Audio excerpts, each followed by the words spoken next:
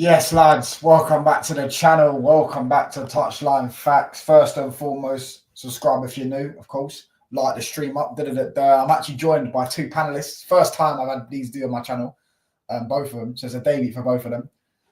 Big up to them two for coming on. Straight away, Ahmed. Ahmed, is that his name? Ahmed?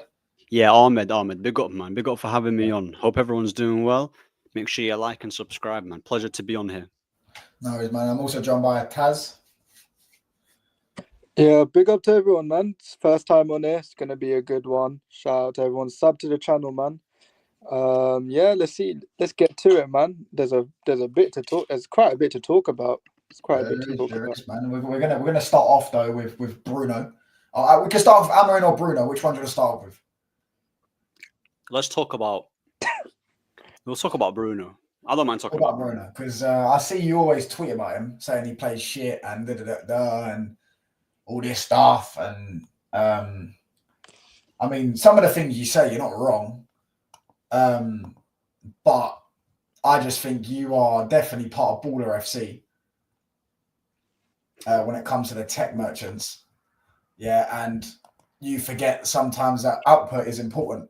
And for a player like Bruno, I feel like, I don't know. I haven't seen tweets recently. I don't know what you thought of his performance on Thursday. What do you think of him against Sociedad with a hat-trick?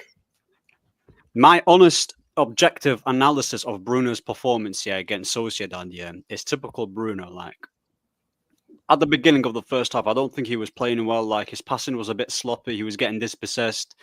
In possession, Sociedad was countering us a little bit. But the two penalties we got with Bruno Fernandes, when it comes to taking pens and making runs in the final third and finishing, that's his bread and butter. Like, do you get what I'm saying?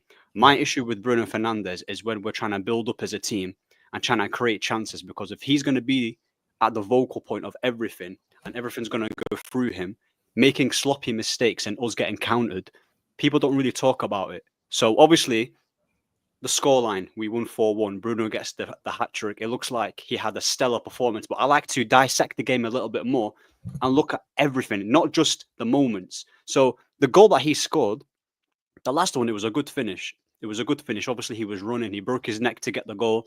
The two pens, you can arguably say that they, was a bit soft because Dorgu kind of fell onto him. He did try and go like this. So, yeah, like for me, I'm just at a place here where that his performance was just not that impressive. Like he just took his chances.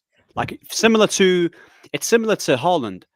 He doesn't really have that many touches. He doesn't really get involved that much. But when he does get his chance, he bags. But the thing is, he's allowed to stat pad because the team is good already. Obviously, barring this season, but I'm talking in general. With Man City, they're a lot more stable. With Man United, because we're not stable as a team, and we've got Bruno as well, who is not a stable player, and he'll do things where other teams will actually cook us. Do you get what I'm saying? If we were like Liverpool, Mo Salah doesn't have to have great performances, for instance. He can score as many goals as he can without playing well. But because Liverpool have so much control in the midfield, they play well, the manager's doing their thing as well, you can let that slide. You don't really have to. Liverpool fans won't be complaining about Salah's output. But I'm complaining about Bruno because we're not stable as a team. Like, do you get what I'm saying? I hope that makes sense. Sauce on my face. Yeah. So your problem isn't even Bruno then, it's the team. Not necessarily, because even when we had a better team under Oli, when Pogba was playing in the middle, when we had Fred there, no matter how good of a player that you play next to Bruno Fernandes, if he's at the center of it, there's only one way you can play. This is why when I said when Oli came in, he built the team around him essentially. With Ten Hag, he made him the captain. With Amorim, he talks about how important he is. What do all three outcomes have in common? We can only play one way. So my thing is that we need to move away from counter-attack. I thought when we got this manager, I didn't know much about him, but I thought we were just like, you know what? We're going to play possession. We're going to start controlling games, and we're going to start creating chances, and there's no favoritism. Do you get what I'm saying? So I've seen him in the Euros as well for Portugal when there's better players. He's no different to Man United. Like, he's no different. He does the same, trying to do the over-the-top through ball, gets dispossessed. Like, he's just too... let's put it like this. He's got more holes in his game than good. I think the only things that are good about him is, like I said, penalties and making runs in the box. So you don't think his passing's good? I think his passing and Creating's good. Because I remember he created a chance against Real Sociedad. He put Doku straight through with the first time pass. for me, his passing Created the is penalty. yeah. But the thing is, when it comes to his passing, yeah, it's too inconsistent. Like his execution isn't always the best. He'll say let's say it like this: out of the 5 passes that Bruno makes, 2 of them will work. Yeah, but if two of them work and they lead to a goal, you win the game. If you score 2 goals, on average, you're going to win a game. But you can also say the 3 passes that didn't work. What if Sociedad countered us, yeah, and then they created a chance and scored a goal? That's for the defenders and the other midfielders to make sure they don't score, and the goalkeeper. That's for the other team. That isn't his job. His job, I understand, as a midfielder, you want a midfielder that can retain a ball, yeah, but you don't want a midfielder like Bruno, who's a goal scorer and an attacking midfielder who's too protective of the ball. Because you look at Sociedad, yeah, they had all the tech in the world. Look how they were keeping the ball, but they had no one's put the ball in the back of the net. They scored 2 penalties. Do you know what I'm saying? They had what they had. I think they had. I want to say in the first game they only had 2 shots on target. One was the penalty, and one was like 40 yards out or something from Fernandes. Yeah. So they had no output. They had no outlet. They had no one there to put the ball in the back of the net. They had no one there to actually put a ball in the box. Yeah. Whereas Bruno, that's what he does. Do you know what I'm saying? You can have all the ball retention in the world, but if you don't have a player that can do that, if you don't have players that can score goals and things like that, I think you're not going to do well. Look at Sociedad this season; they just got pumped 4-1 by us. When was the last time we scored 4 goals against a half decent team? Yeah, but Sociedad we beat them 4-0 even under Oli as well. Like I remember us beating when we had like Dan Bruno James. Scored twice. Yeah, I think he scored 1 or so. So beating Sociedad isn't like the thing is with them. Yeah, is that they were toothless. They had no quality. We beat Sociedad not because of like we completely outcoached them. Yeah, we just had better players. Like, if you look at the players that we had in that team, you've got Casemiro, who was outstanding in both legs. Defensively was solid. Heaven, solid. Yoro. Did Yoro play last game? Did he play? He played the first leg. He didn't play the second leg, right? Okay. So, and you've got Mazraoui quality. Xerxes in that second leg was absolutely outstanding. Yeah. So the players that we had, we just had more about us in terms of the players. That's how I see it. Yeah, but then you could say that about everyone. Like, does Pep win games with his team, or does he outcoach players? I don't think he outcoaches his team. I think he sets his team up and his team wins. He bought the players. I know Amarin hasn't bought these players, but he set the team up. He's the one who played Casemiro when he could have played Ugarte. He could have played Collier.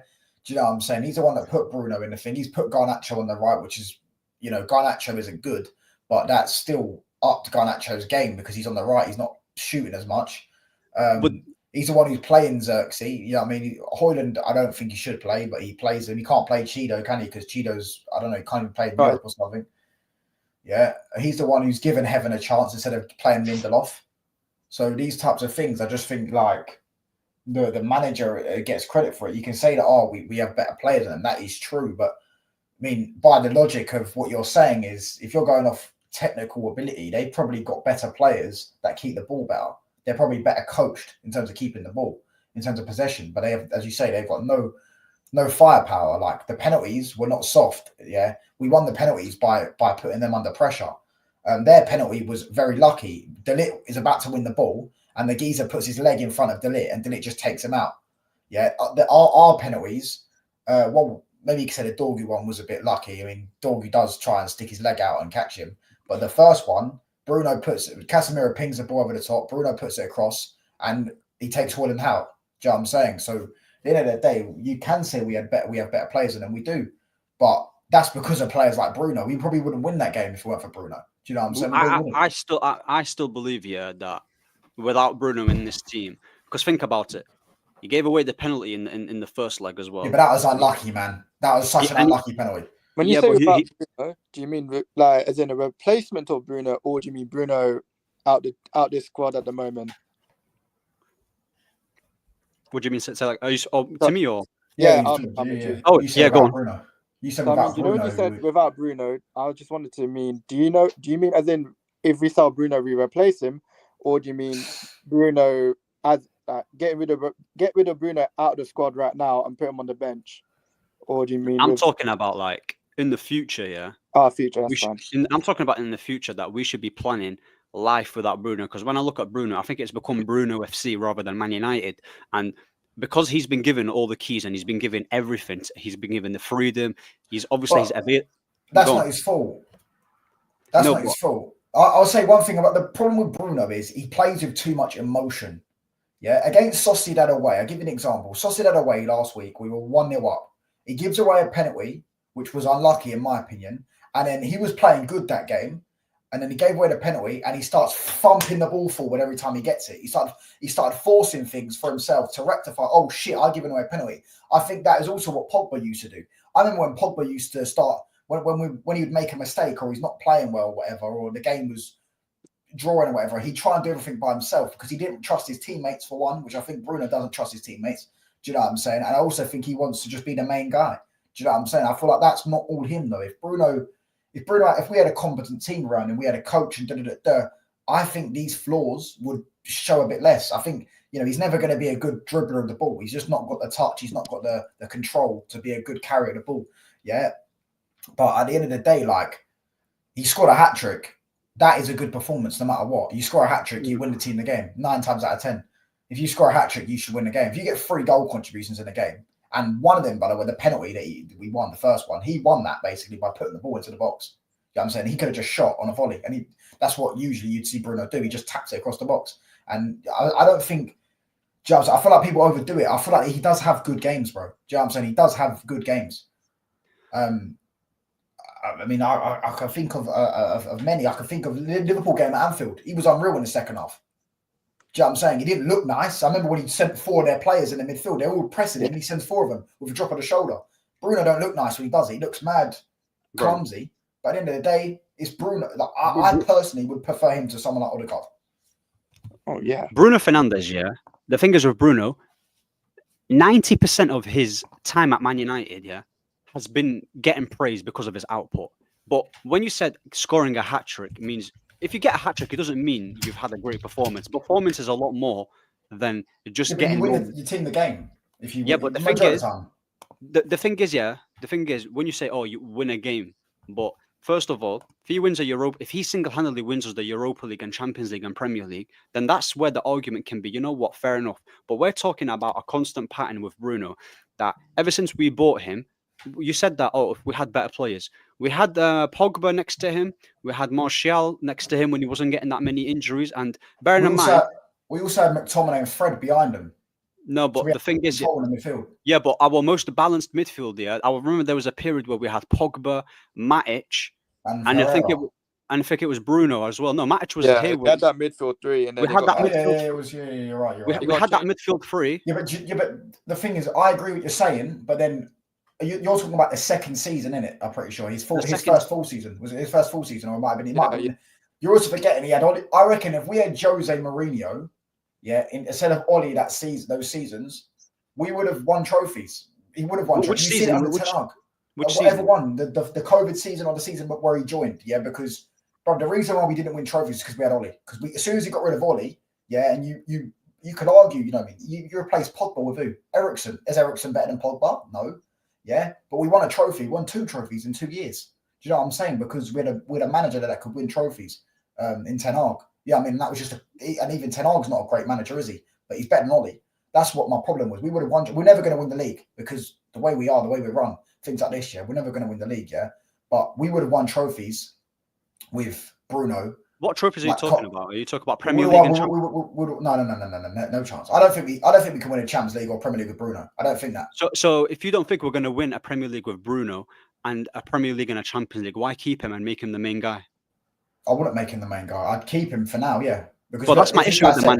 We would be in a relegation battle without Bruno. I don't know. These ones, I don't like these hypotheticals, because you could replace Bruno and you could buy someone for 10 million. He can do exactly what Bruno does and be better. You just don't know, But like he's the only player in this Man United team that gets me 25, 30 Gio a season. And that is valuable. You're talking about one player getting the G, and this is my thing, right?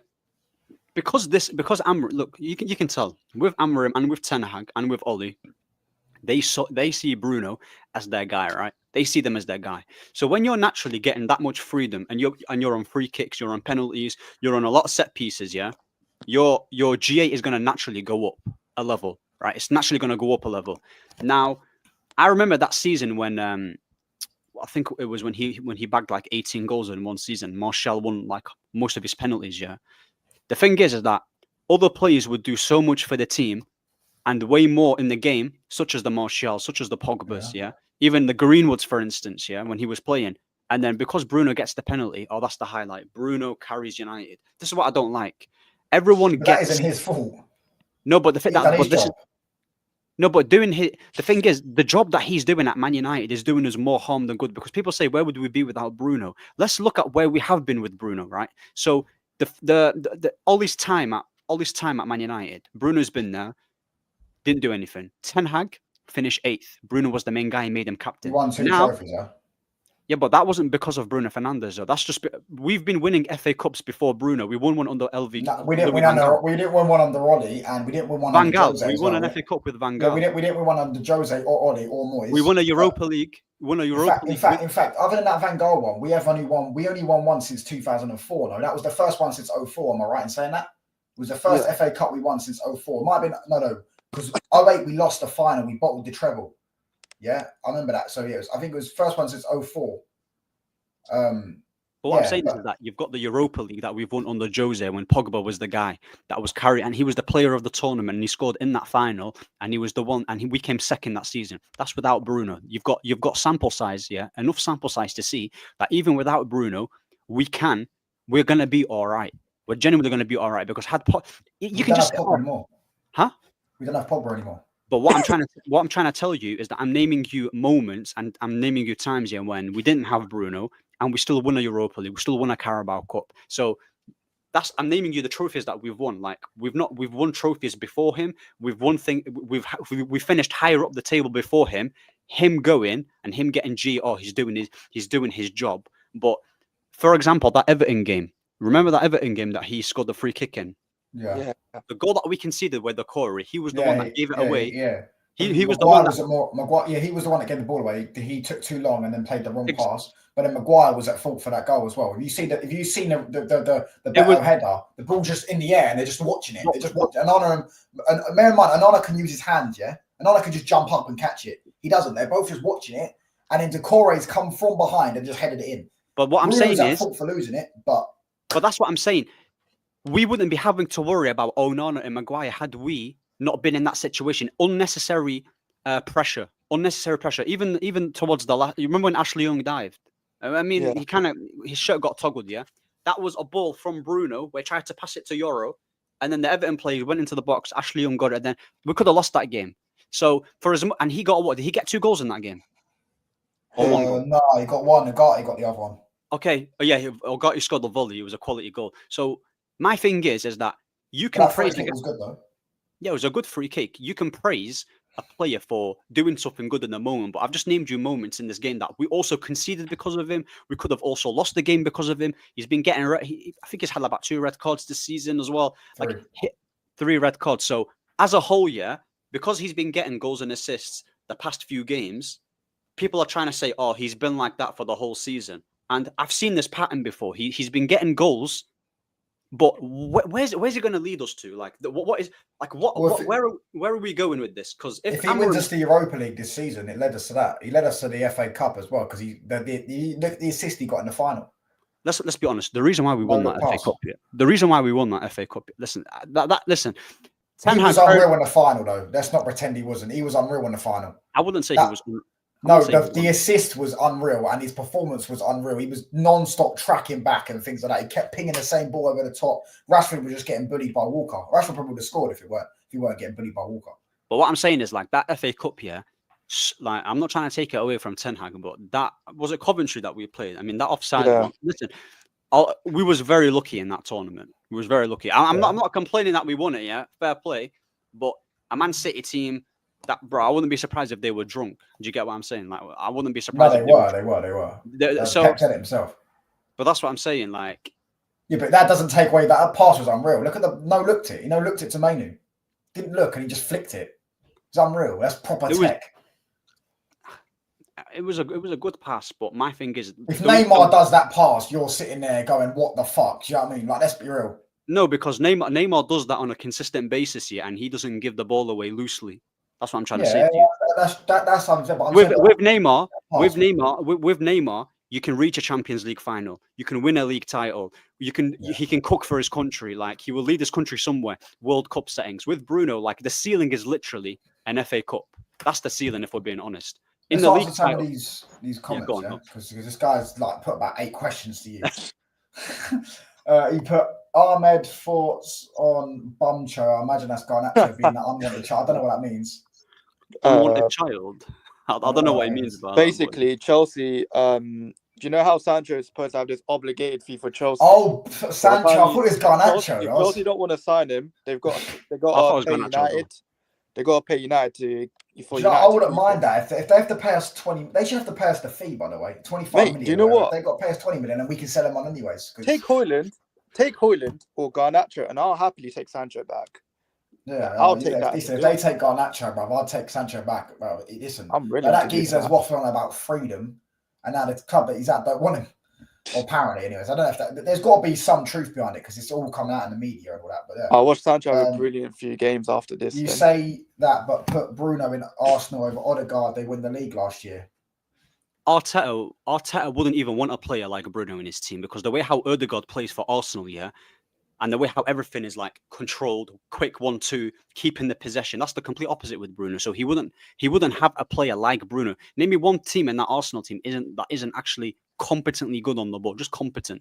Like, you don't even have to be outstanding. Like, Bruno's too erratic for Arteta.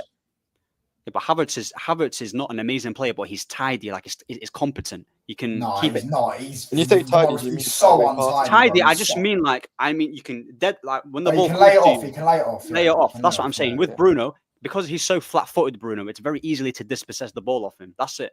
So, again, this is another hypothetical. Oh, if Bruno played in this, and that's Odegaard fits his. Odegaard fits. He might not get the same amount of numbers, but Odegaard will do more in a game. But Bruno will get the moments. That's how I see it.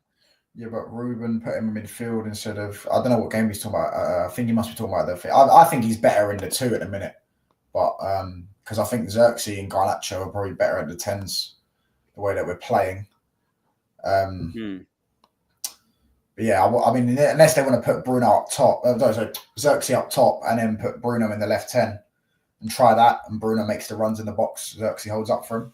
The thing is, I think Mason Mount's coming back as well. And we all know how much. Yeah, but he's coming back because it's summer season. He's getting ready for Ibiza and Zante and all that stuff. Do you know what I'm saying? He's coming back. He's getting a bit. He'll be injured within 2 months, bro. I don't know how I feel about that one, though. I don't know how we I can't feel. sell him, bro. Do you know what I'm saying? What is it he's going to lead us? What's he going to lead us to? Is it his fault we have Højlund as a 9? And no, it isn't his fault that we have Højlund and Garnacho.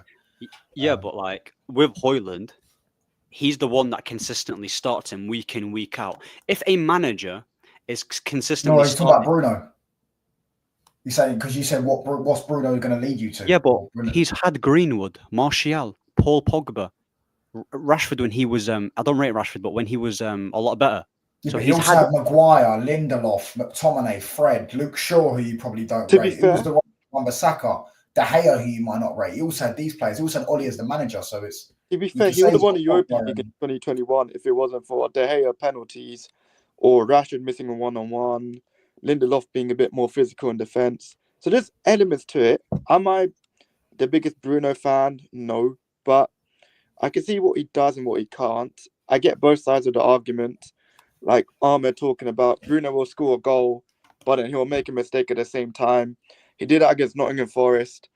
He scored a goal against Nottingham Forest at Old Trafford. But then we conceded a goal because he misplaced a pass. Thank you. That's what I'm saying. But I know Onana made a blunder to it, so I can't say it's entirely his fault. But I kind of see what Ahmed's point is, but I can see what your point is as well. So it's a bit hard. But until Bruno, for me, he's like, it's not the worst of my problems.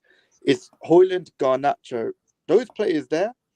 Until these men go, I can't say anything at the moment. Yeah. Until I just can't explain it. But until Højlund and Garnacho are my biggest problems at the club. Yeah, they're not the biggest problems in terms of overall, but in terms of No, the team, but yeah, like, they're start they 11, always. 100%. Yeah, they've cost us. We'd have an extra 20 points this season. No, not 20 points, about 10, 15 points this season if we had a left 10 and a striker that would score goals because we Oh, and fight Luke the table Shaw. just have that. And Luke Shaw. Maybe Luke Shaw at centre back, probably, yeah. But yeah, make sure you smash these likes up, by the way, and subscribe if you're new. We're owed 500 subs, so make sure you do hit the sub button and that. Arteta wanted Mount. You're telling me this guy's more competent than Bruno. I'd say he's more competent on the ball. Yeah, I would say because he doesn't take as many risks as Bruno. Mount doesn't. Mount doesn't take any risks. To be honest with you, I don't know what you lot would think about that. Yeah, Mason Mount might not get Bruno's output yet, but in possession and in terms of how he treats the ball, yeah, it's a lot more competent than Bruno Fernandes. That I agree with. This guy stands Sancho and hates Bruno. Yeah, Sancho's a quality player, but I actually stand Ahmad as well on Twitter. So, but anyway, Sancho. The thing is, yeah, Sancho is a player who gets a lot of hate, right? He gets cooked everywhere. But my issue with the whole Sancho situation is that, first of all, we didn't really, when he was at Man United, what did we do to develop Sancho? Honestly, and this goes for the same thing for Bruno. No, but Bruno, when he came to Man United, was given everything. He was given everything. Wasn't Sancho given? Sancho wasn't. First of all, he wasn't appreciated yet by the manager. Firstly, never got consistent starts, and Garnacho was getting more minutes ahead of him. The one time where he looked a bit more, he was all right. Sancho's actually doing his thing is when Ralph came in, played him in the 4-2-2, was playing in the left 10. Funny enough, that we're talking about left 10s, and he was actually, I think he got Player of the Month that season. Under Ralph, he came in. Where did we finish? Yeah, but what I'm trying to say, I think we finished 6th that season. We finished 6th. Yeah. But what I'm trying to tell you with Sancho, there's proof and there's sample size with Sancho that if you build a team around him and you give this guy the freedom, guy can carry you to a Champions League final. He'll make the team better. Like even the season where people want to talk about chance creation. Yeah, I think Sancho was the second one, despite not playing that many games. So with Sancho, there's loads of quality in his game that not many players have. But because he's got really bad PR, and it's common to just take the piss out of him. But I've seen him play games for Chelsea when he's been their best attacker, but they've not really, like, he didn't get like a goal or something, or Palmer misses. Like that, people say, oh, he's been bad for Chelsea when Palmer's on the biggest goal drought ever. Nicholas Jackson's on a goal drought. Neto's not been good. I've literally been watching his games, yeah, and the way how he creates chances for his teammates and he's getting past his fullbacks, yeah, I'm not seeing any of our players do that. I'm just seeing Garnacho misplacing pass. Like, if Ahmad and Xerxes are our only good players in the attacking department. So, but yeah, that's all. But like, you're talking about?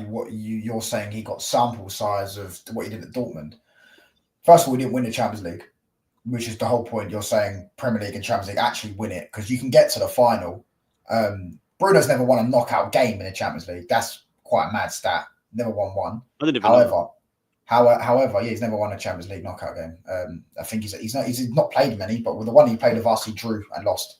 But yeah, he didn't win it. And for Man United, he was trash. Let's have it right. And he's also disrespected the club nowadays because he sat there and put the freedom bullshit, bro. Like, what's he doing with that freedom and all that shit under Rashford's post? Do you know what I'm saying? How's freedom now? Because they're going to send him back most likely. Do you know what I'm saying? But that's not really disrespectful, though. He's just like. That is. But but the thing is, like, United fans have just interpreted that. I tell you what. I was at the Community Shield final when he took the penalty. Yeah, you know the one we missed. Yeah. At the end of the season, he was the only player the fans behind the goal clapped. The only player. They didn't clap anyone else. They clapped him when he went up to take his penalty. He had his head down and then he just took the penalty, missed it, and then left.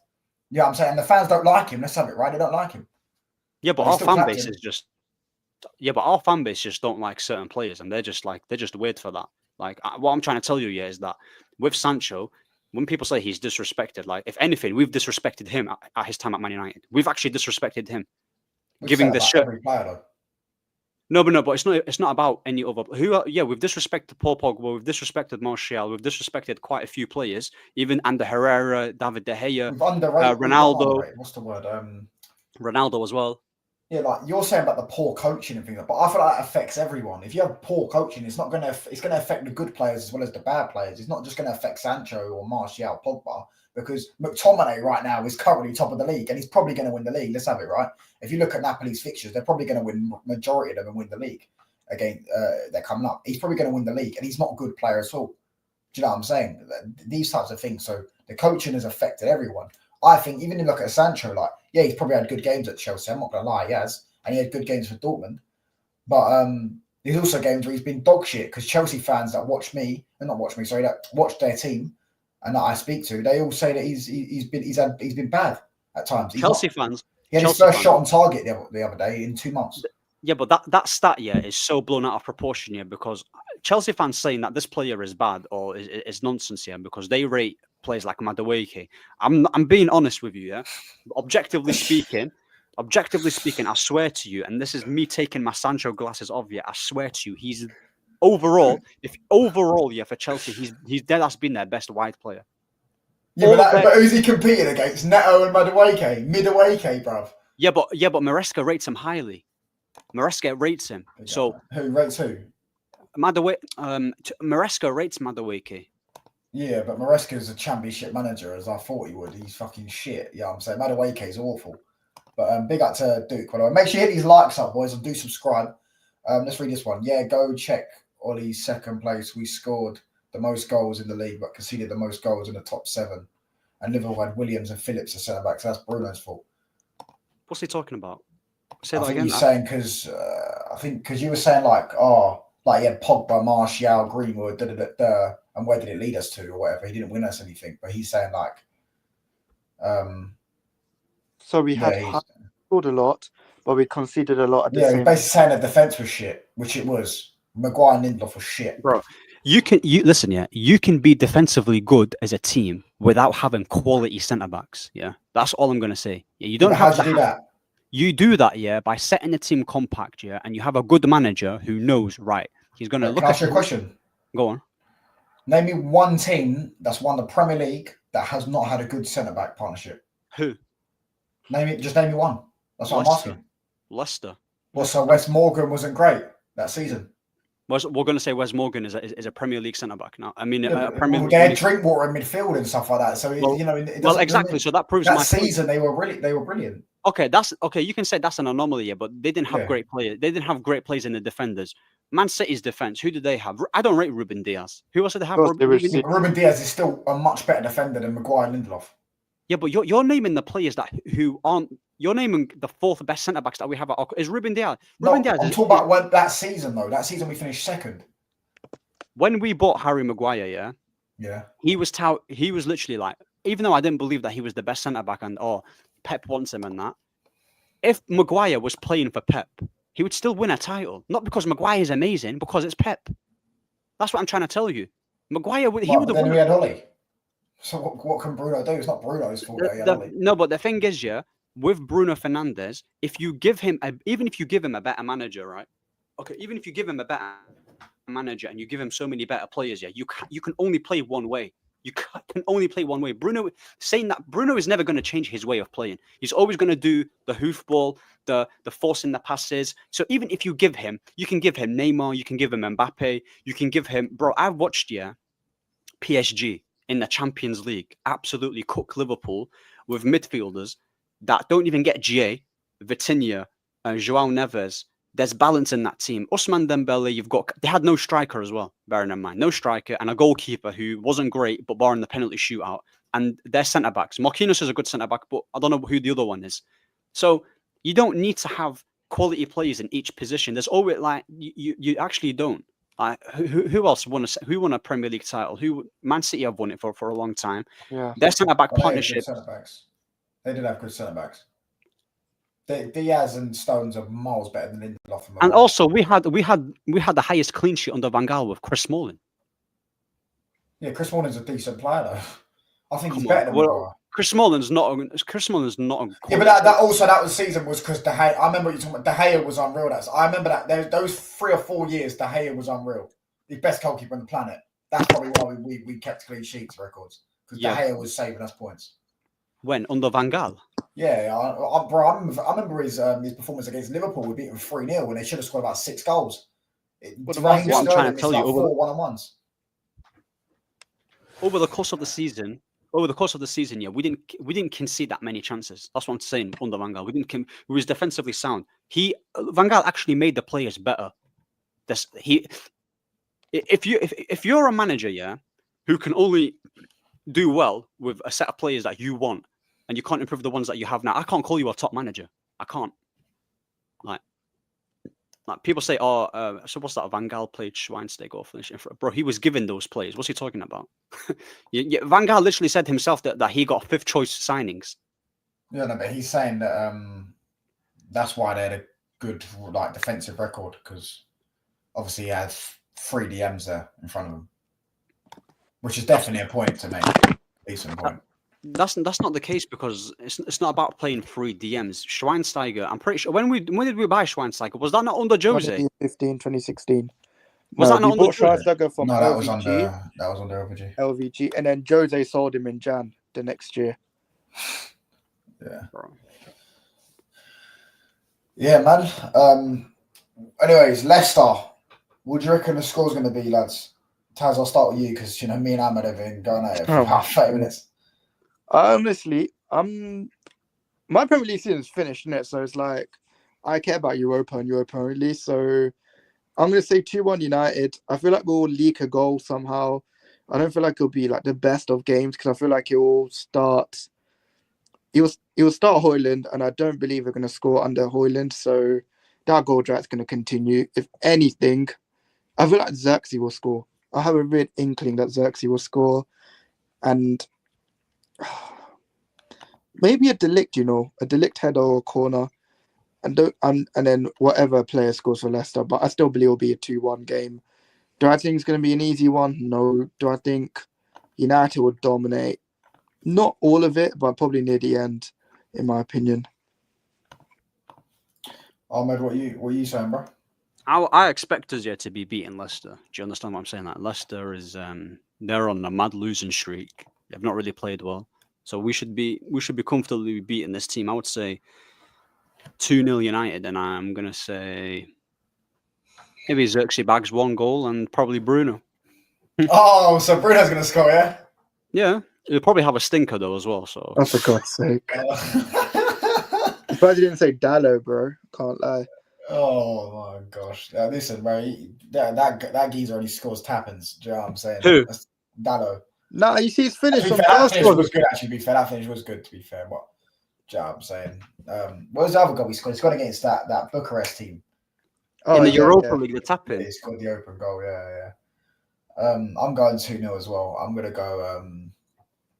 Bruno's gonna score, and who scored the other day? Who was it? It was Dallo and Thingy. And who scored against Arsenal? Bruno. Who scored? Yeah, I'm going.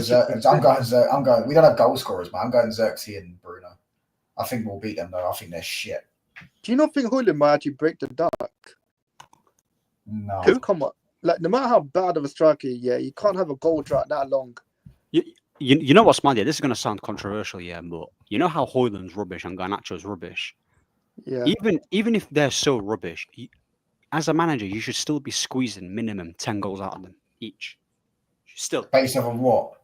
Because you know why? They've never got 10 goals in a league season, apart from last season, actually, I think. But you know why? You know why? Yeah, because Brennan Johnson. I'm watching Tottenham. Yeah, are having an awful season. I'm seeing Ange get 10 goals out of Brennan Johnson. I've watched Brennan Johnson, so many times. I can categorically tell you that guy is absolutely woeful. I don't think he's ever got 10 goals in his life. So Garnacho, I want him gone. Højlund, I want him gone. But he should still at least 8 to 10 goals. But I can't lie. That's easier, to be said. But have you seen some of the Højlund chances this guy has missed, though? Like, the one against 100% Arsenal. He scored. Sorry, go on. Yeah, go on. Sorry, like, he's missed that chance against Arsenal. Like, he should be shooting that. The one against Sociedad, he could have scored, like, 2 goals already. So, like, it's easier said that Amir should be coaching them. But if my man can't finish, I don't know what else. Coach them to get into positions, but if they don't finish, then there's nothing you can do. Yeah. At the end of the day, Højlund doesn't even get into positions because his movement's terrible, whereas Brennan Johnson actually gets into positions. And Are you- Garnacho gets yeah. into positions, but he can't But- score. But him getting into good positions, where does that stem from? The Because manager, you said- but also because you- himself. Also himself, though. Your No, but you yourself said the has to manager be- before. You said What- the manager is what coaches them to. You said, out of your words, the manager is what gets him into the good position. So if he can get Brennan Johnson into good positions, why can't Amorim get other players into good positions? because also you also have to know yourself. I'm guessing. Yeah, I'm saying Brennan Johnson probably knows himself how to get into good positions. Do you think Probably Tottenham's has. attackers are better than ours? Is that They got a including better Ahmad? striker and than them? us. They got That's better including striker Ahmad than and Xerxes. Yeah, it's players like Richarlison and who the hell do they have? I Brennan still think Johnson. we're Well, Solanke's better Timo than Werner. our striker.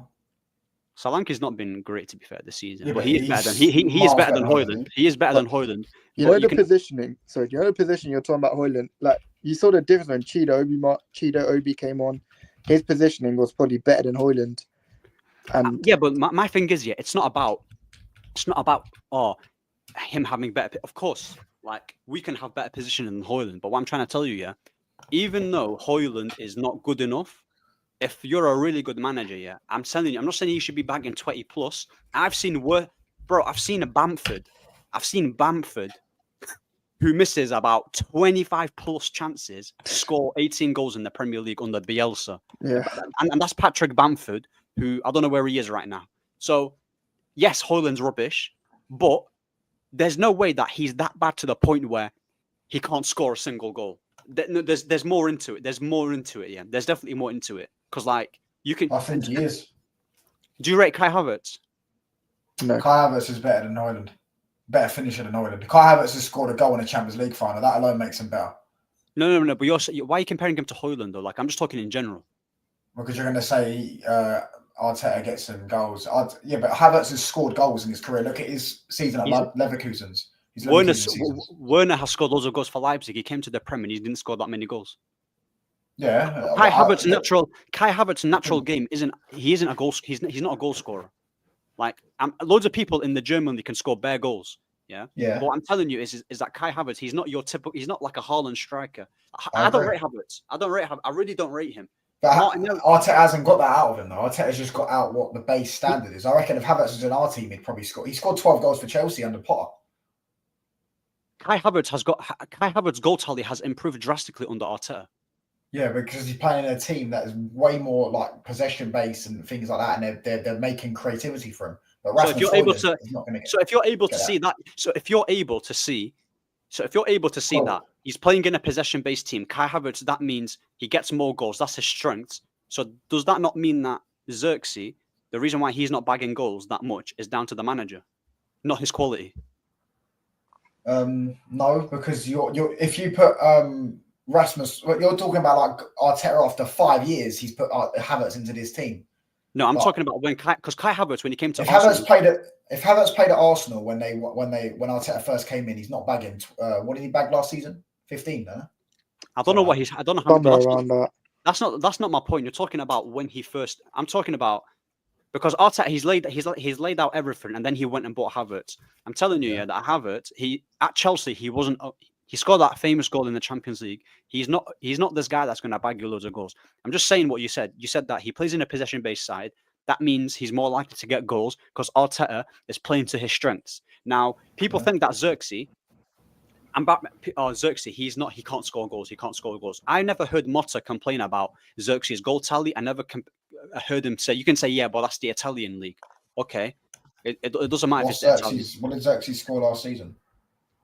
In the league or all comps? All comps. I don't know what all comps here, but I think he got like 12 or 13 goals or something.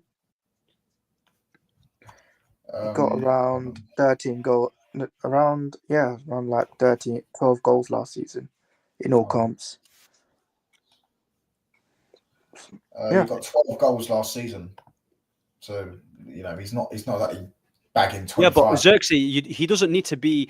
Xerxes doesn't need to be bagging 20 plus. If Xerxes was, if we got the best out of him, he can easily score 17 in a season, and that's in the Premier League alone. Do you think Nicholas Jackson is a good finisher in your opinion? No, but you're forgetting that they've also got they've got a team around them that can create through the system. This team does not create because it's got Dallo as a wing back who's not a wing back, right? You don't rate Bruno. Garnacho, who doesn't pass, never gets his head up and always spams shots. Yeah. Ahmad was good when he was playing, but he was good in times. There was patches where Ahmad wasn't good. Dorgu just came through the door. Other than that, who was he playing at wing back before? He was When we playing put Dallo on the left, was he playing Mazraoui at the right? I think it was playing, Dallo. Yeah, Mazraoui on the right hand side. Yeah, Mazraoui's not really a wing back either. Do you know what I'm saying? So these things are reasons why we have not scored. Like we're not creating goals for our strikers. There's multiple reasons as to why. Brennan Johnson, yeah, he's scoring goals at Spurs, but I think he's a better finisher than Garnacho, and I think he's got better movement than Højlund. But the thing is, yeah, like Garnacho and Brennan Johnson, yeah, you can arguably say that they're both like rubbish in it. You can both say that they're rubbish. Brennan Johnson might excel in certain things, and Garnacho might excel in certain things, and vice versa. But the point of what I'm trying to say to you yeah, is, no matter how bad that player is, you can still squeeze something out of them. And when I say squeeze, I'm not talking about 20 goals. I'm saying even 8 goals or 9 goals, 9 goals or 7 assists or whatever. Yeah, like them type of numbers. It's not to the point yet where. How many goals and assists has he got this season? Garnacho. Yeah. I'm sure he's got about 20 now. I think he's got like in the league. He's got like 2 goals and 1 assist. Yeah, in the league he's got fuck all, but in all comps he's got about two goals. Yeah, he's got about 20 goals and assists now. Did he get an assist last night? Yeah, he did to Bruno. Yeah. Yeah, but I disagree. I think people are mad overrating this United squad. You're also forgetting that Ange bought Brennan Johnson for 50 million. So it's Ange's player.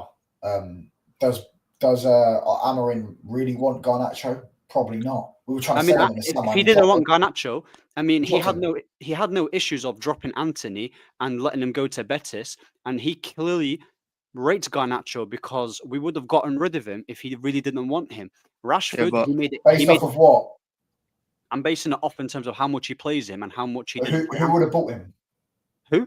Who would have bought Garnacho? Napoli or Chelsea. Yeah, Probably but they only offer him 40 million, whereas the club wanted 50.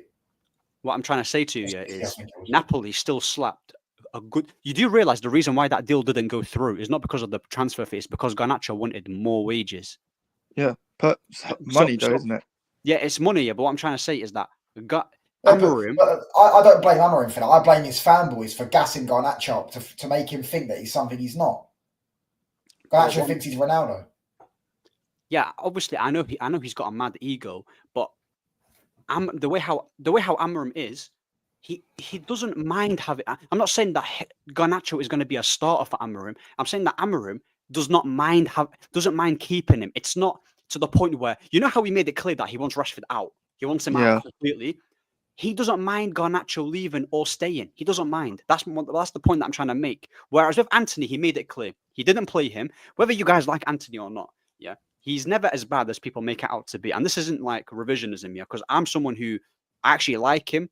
I don't think you can say that he's been a flop. That's a different conversation. But I've seen Anthony come on for United. There was a game against Southampton when we were losing. He came on as a wing back. Ahmad got a hat-trick the minute he came on, which allowed him to go further up the pitch instead of having to defend and come back again, defend and come back again. Because Anthony was doing the defensive duties and was linking up with Ahmad. I've seen him in Europa League linking.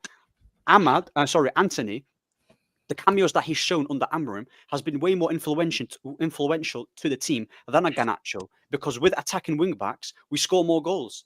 But my thing with Amorim is that he's persisting with defensive ones. You can't. And I'm talking about like when he had the attacking options available, like Anthony. Not now, because we don't have that many attacking because Ahmad's out. So now we've got rid of Anthony or got him out on loan. He's balling out at Betis or whatever. He's scoring a lot of goals, getting assists or whatever. Now we can actually sell him in the summer window. Yeah, maybe that's the thought process. 40 mil, I think it is. It's around that region. Yeah, 40 million. Yeah. What is that? The option or is that an obligation? No. That's what United want for Anthony in the summer. 40 million. I don't think we're getting 40 mil, but I'm saying same with Rashford. Rashford's got the option to buy. Yeah, these are things they wanted to do. Whereas I think They looked at Garnacho and was like, cool, if we have to keep him, we have to keep him for us. I think he'll go in the summer, personally. I think we'll probably sell him in the summer. I think that's straight profit. They're gonna get rid of him. Yeah. I can't lie. 40 I'm million or scared whatever. that Rashford's deal might not go through, with the way he's playing like at Villa. Because I don't know if Villa will do that 40 mil. No, I think they will. I don't know. He's been mad over gas, Rashford at Villa, to be honest with you. He's not been as good as people want to make out. I mean, it's Marco Asensio really stealing the line. He's the one balling out, bro. Do you know what I'm saying? Whereas Rashford's getting mad over gas. I think now, Aman, mate, you're not on mute, bro. But yeah. What else to talk about? I understand what he was talking about, like Amarin and stuff like that. My bad. Yeah, but like, well, my thing is that we could talk about Amarin. I don't mind. Like my whole thing about how he wants to play. Like, I don't have an issue with like his formation. I don't have an issue with it. People think I have an issue with it. It's not about the formation. I just think like it's the intent behind it and what his approach is. Like, yeah, but he doesn't have the players, in my opinion. Yeah, but no manager. Like the thing is, no manager is going to get exactly all of his players. Like, okay, no. You say that is true, right? But he's not even got a footprint of this squad. This isn't his squad, and he actually said to the board, this is factually information. He said to them, "Can we not do this in the summer?" And they said to him, "No, it's right now." So that's why he's openly said we're going to suffer. He's openly said it. He knows this. Yeah, like when he says we're gonna suffer, it kind of gives him an excuse. Oh, you know what? Because I wanted to come in the summer, but he still had the option to say no because he had different suitors. He wouldn't have got the job. Yeah, but United isn't the only offer that he was gonna get at that time because he was an upcoming manager that was hot prospect, and then he would have got like other teams like Juve, flipping AC Milan. There was other teams that wanted him. Yeah, but he wanted the United job. So that means if he wanted the United job, then like that's on him for choosing to come this early. No, if I give you a business proposition, yeah, and I'm like, I want you to join my business, yeah, and this is now or never. But you're someone who's made a good name for himself, and you're upcoming, and you've got bare offers.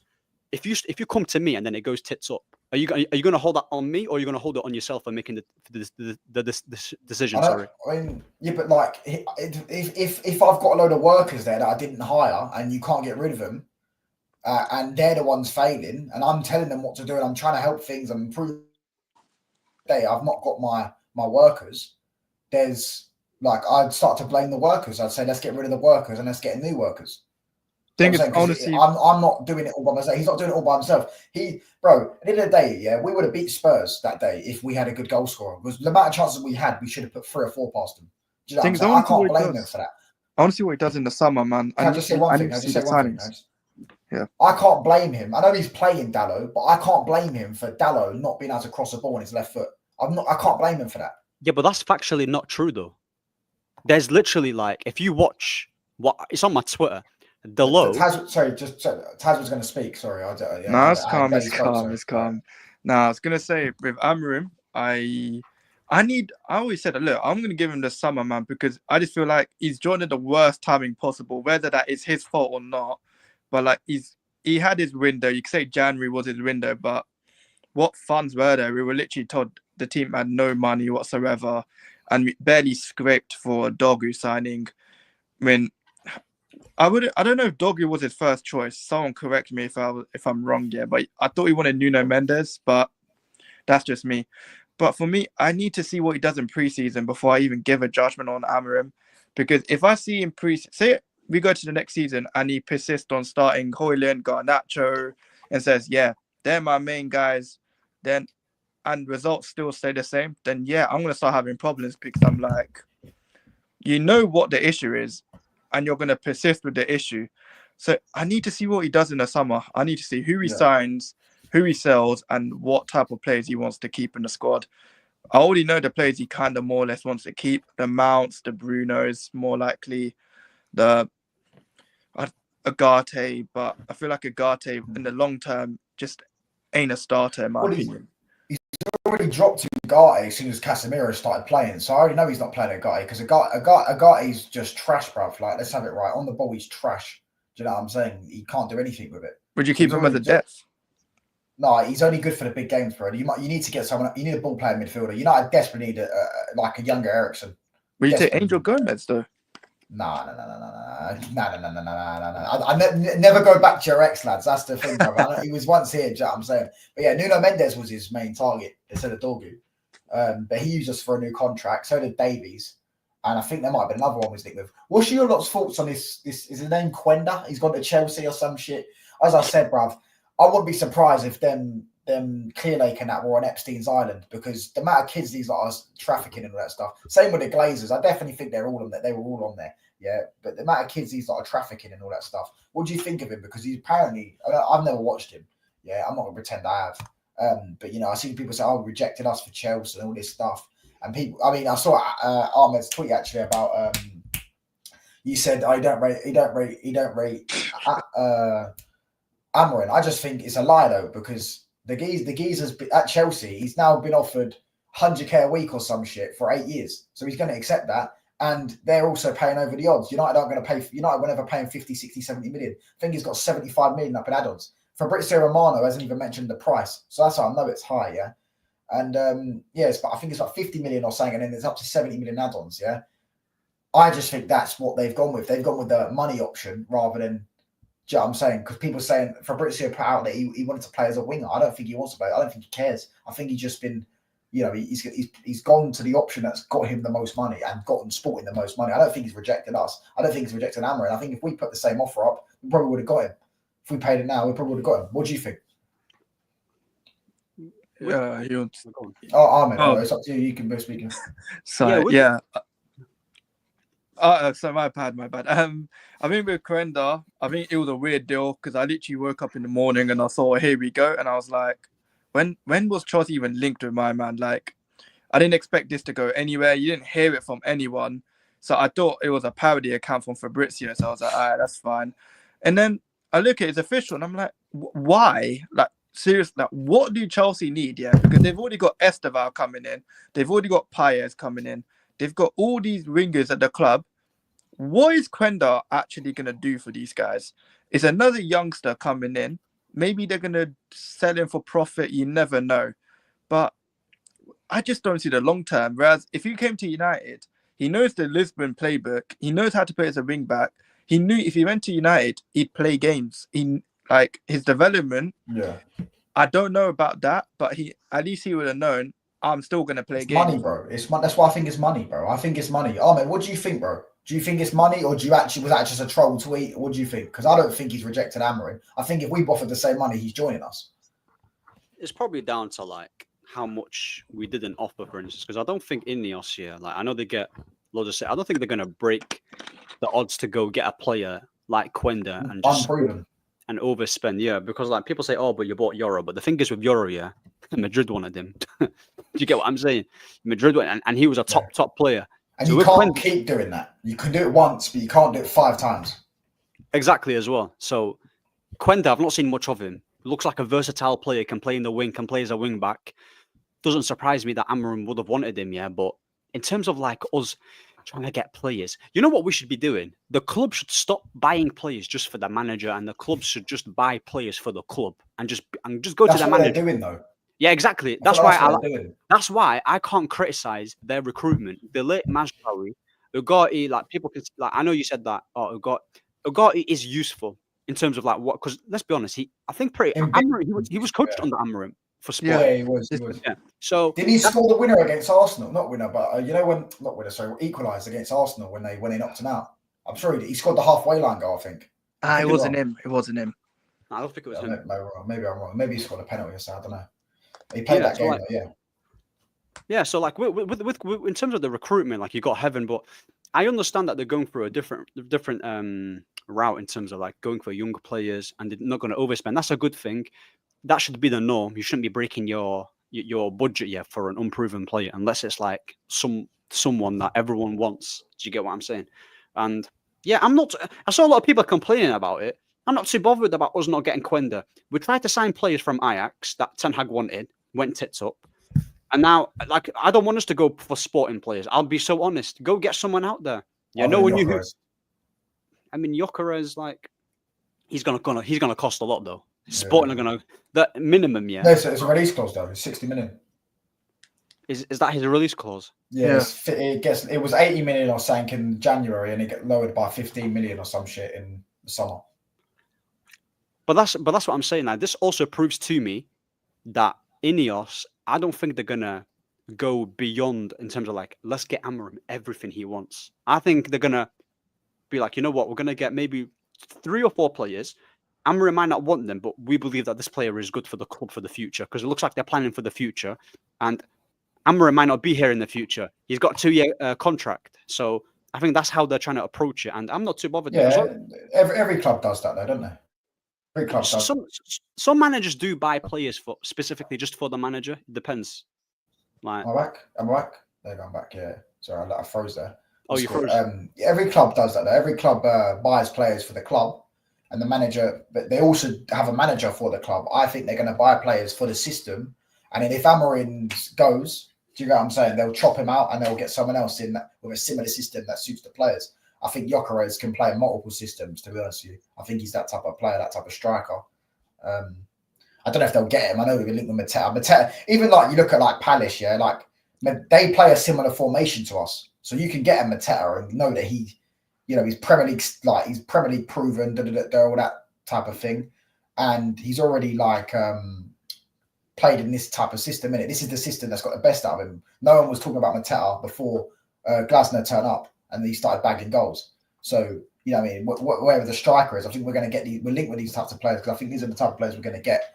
And I think they I agree that they're planning for the future. But they also have to get this summer window coming up. They have to get this right. 100%. Has he frozen for you?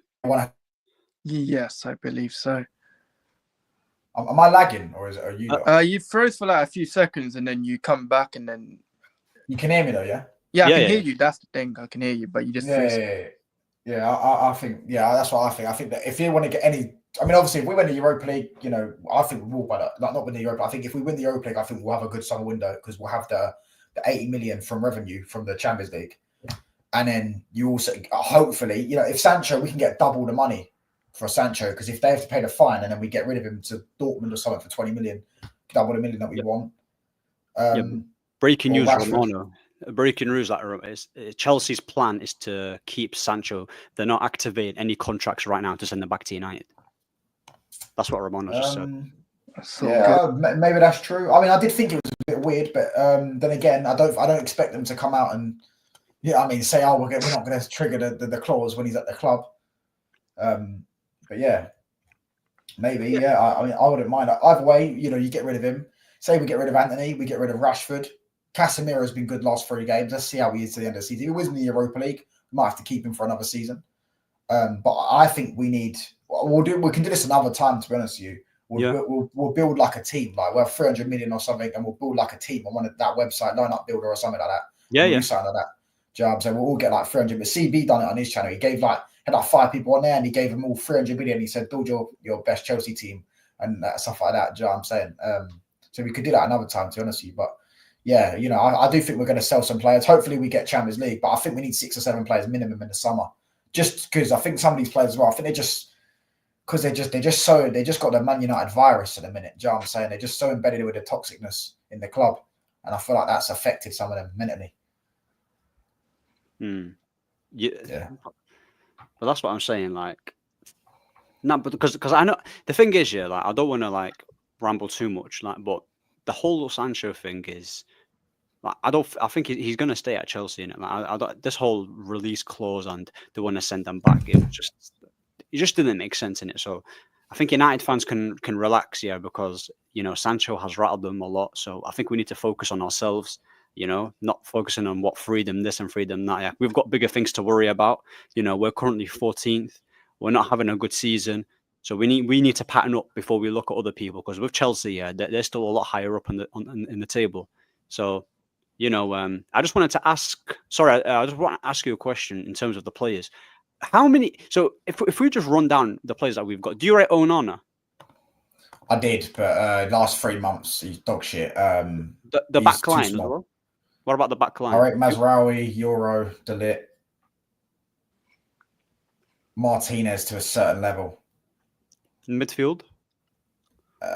Casemiro. Oh, do I rate Casemiro? I rate Casemiro when he's at his best. When he was 2022, 2023, it was unreal. Last 3 games he's been good, but Bruno to a certain level. Now you can't say Bruno to a certain level. You can say Bruno.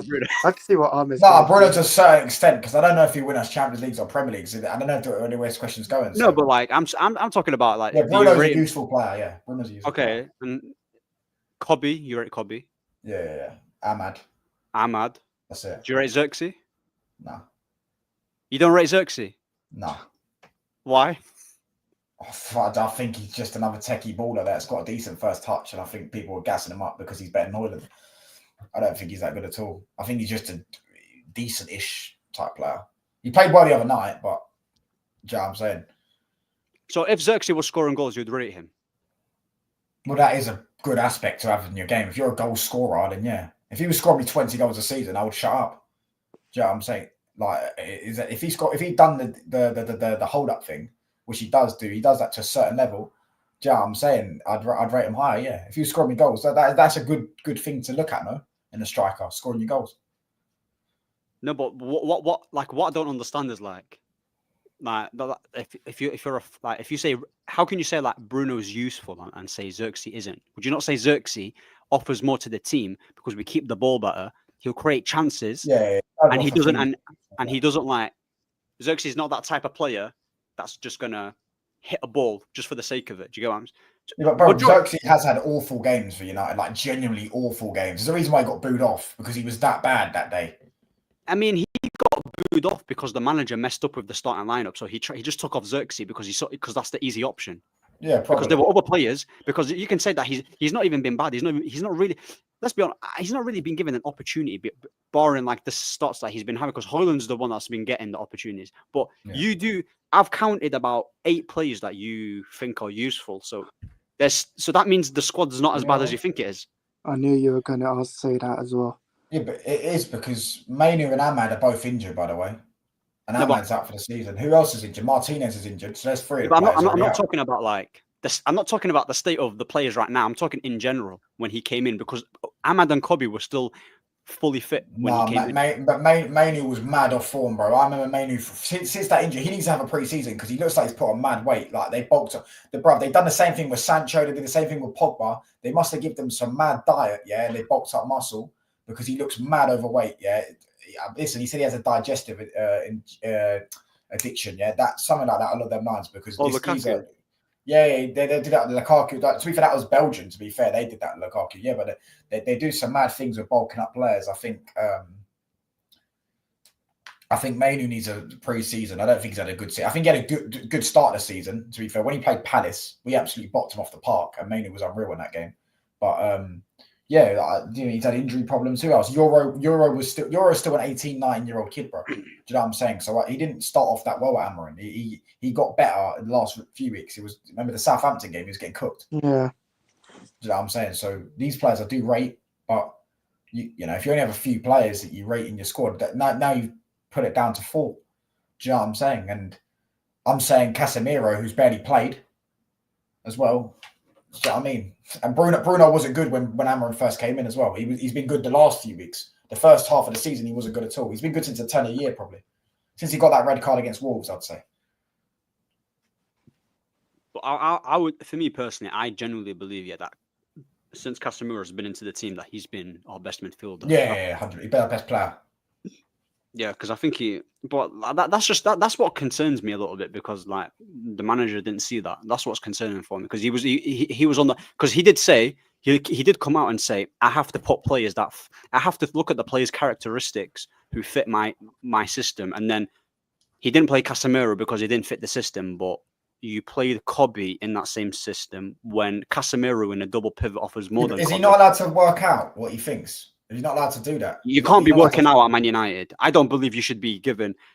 I think we're treating Amorim like he's that teacher assistant that you have in school that you don't take serious, and you're like, you know what, I'm gonna mess around, like learning on the job. I just think this team isn't good, bro. Like the team was 14th. The league was done anyways. No, but Do you know what I'm saying? we weren't 14th when we got rid of Ten Hag, and he was awful. Yeah, we was 12th or what was he 12th or 14th? He was one of them. 11th or like Yeah, 11th. no, we was definitely in bottom half of the table, 100%. And you was only going to get further and further along because as the season goes on, it evens out even more. So you build a gap.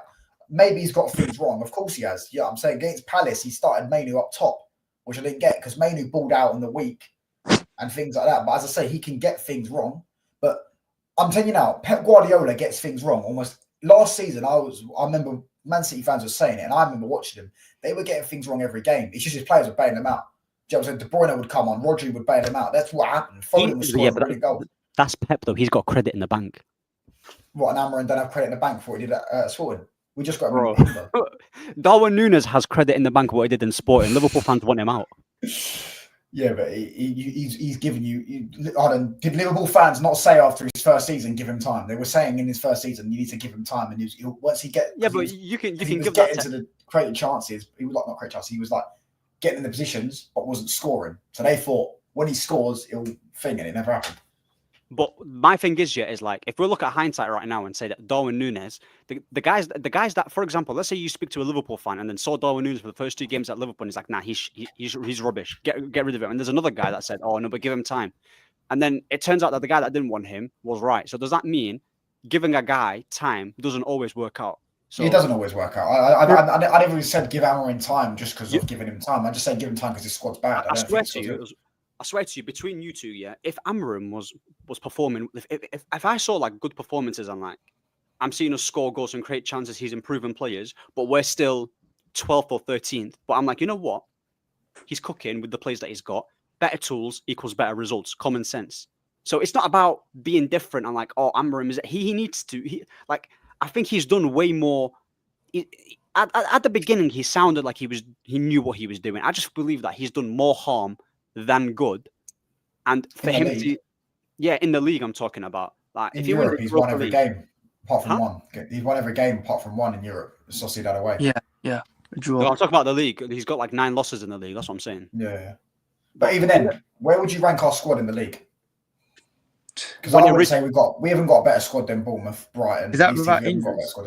We've got a better team than Brighton. And even no. But the thing is, even if we had a better team than Brighton, we don't, by the way. But if we had a better team than Brighton, their team suits that style of play way more than ours do. They've been playing that style of play for 4 or 5 years. Are they not? Brighton's the Brighton manager that I've watched Brighton. The Brighton manager right now, the football that he's playing is completely different to De Zerbi last season. Completely different. But it's the same fundamentals. So they're all technical, gifted footballers that like possession. Brighton don't really have like players that are technically outstanding. Trust me, because I saw players like Dunk and bloody what's his name, Pascal Gross, and I don't really know what his wingers are. Like I've seen really Solly March. Bro, I've seen some mediocre Brighton players, and then they were like De Zerbi was getting a tune out of them, and I think they finished. That was the highest. They also had João Pedro, who's a technical baller. Matoma's a technical baller. Who else are there? They're Caicedo when he was there.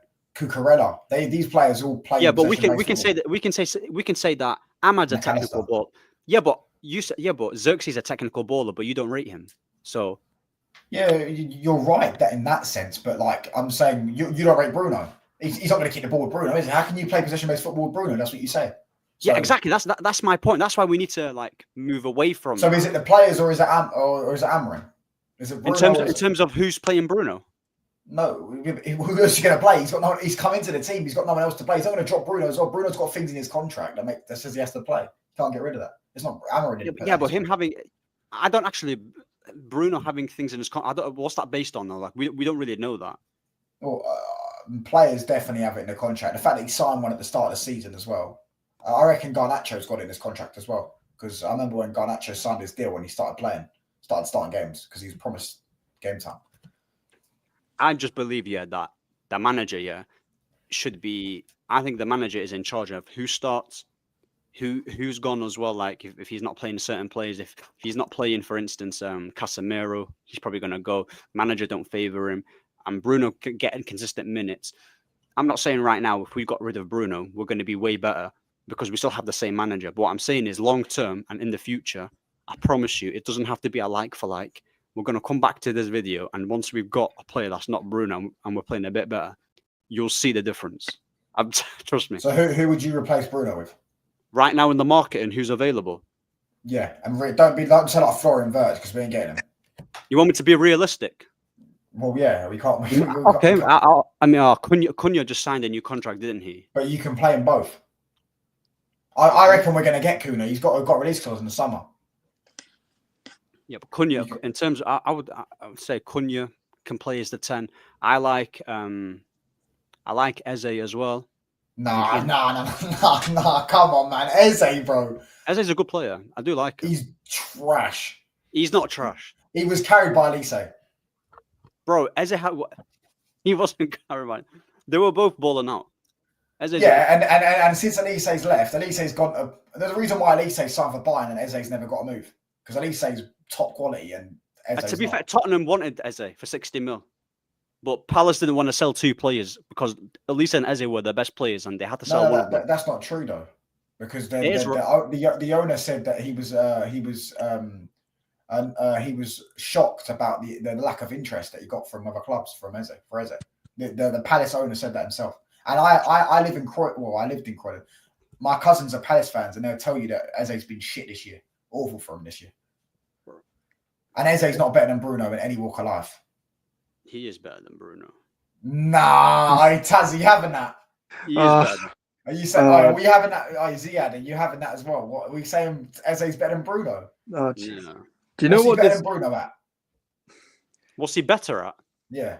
Keeping the ball, getting past players, making the right decisions. The only thing decisions. Yeah, his decision making is better. Do you know what I've noticed about this whole stream? Yeah, it's basically IRL, eye test versus stats. Like, it's literally pure eye test. Eye test wise, Bruno's better than him as well. I watch with my eyes and I see Eze's dog shit. Bruno on the eye is better than Eze. Nah, yes, don't. Yes. No, you're confusing tech, yeah, with, we've got a nice touch and he plays like a street baller in fucking, what's them thing called, bruv? Power League or some shit, yeah? That's what you're looking at. I'm looking at actual effect in the game with my eyes. Bruno, bruv, look what Bruno did at Anfield. Go watch the game back. He was unreal in that game. He was my man of the match. Is he doing that? Is he doing that at Anfield? No, he's not. Do you know what I'm saying? Come on, man. No, you can't be serious. Eze's better than Bruno. I think I'm taking Maddison as well. Maddison's also better than him. Maddison's too injury prone. Your whole argument about where's Bruno led us to makes no sense now because Maddison and Eze, one's in mid-table for his whole career, and one's been relegated, and one's. You do realise that comparing where we should be going to other teams that their ceiling is not high is not really. You shouldn't be saying that because with Leicester, yeah, not with Leicester, with Tottenham have always been like that. No matter, they were, bro. I've seen Bale and Modric and Harry Kane have all played for Tottenham. They didn't manage to win anything. That's just a Tottenham thing. That's just a Tottenham thing. That's just in their DNA. So Maddison going to Tottenham and not taking them to another level is not because Maddison's not a good enough player. As I've said before, that they've had better players, way better players than Maddison, and they still couldn't. So it's beyond what players they get and how good. I'm talking about like with Maddison, yeah. He gives you the output and he gives you the eye test as well. He gives you both. The only thing that Bruno has, yeah, he's got more. Can I ask you a question? Then do you not believe in pressure? Then do you not believe in pressure playing for a big club? Because I don't think Maddison could play for Man United. Same way I don't think Eze could play for Man United. I don't think they could play with the pressure. I don't think they could deal with the big games. I don't think they could deal with when they have one bad game. Eze's barely had a good game all year for Palace. Maddison scored twice against Man City. That's pressure. Is it? But if they lost that game, no one would have cared. Whereas, Bruno scored against Man City. Maddison's performance throughout the whole game in that game was much better than what Bruno, because Bruno scores penalties against Man City. Because let's be honest. So Bruno's performance and his assist in an FA Cup final isn't worth more and better than what Maddison's done against Man City.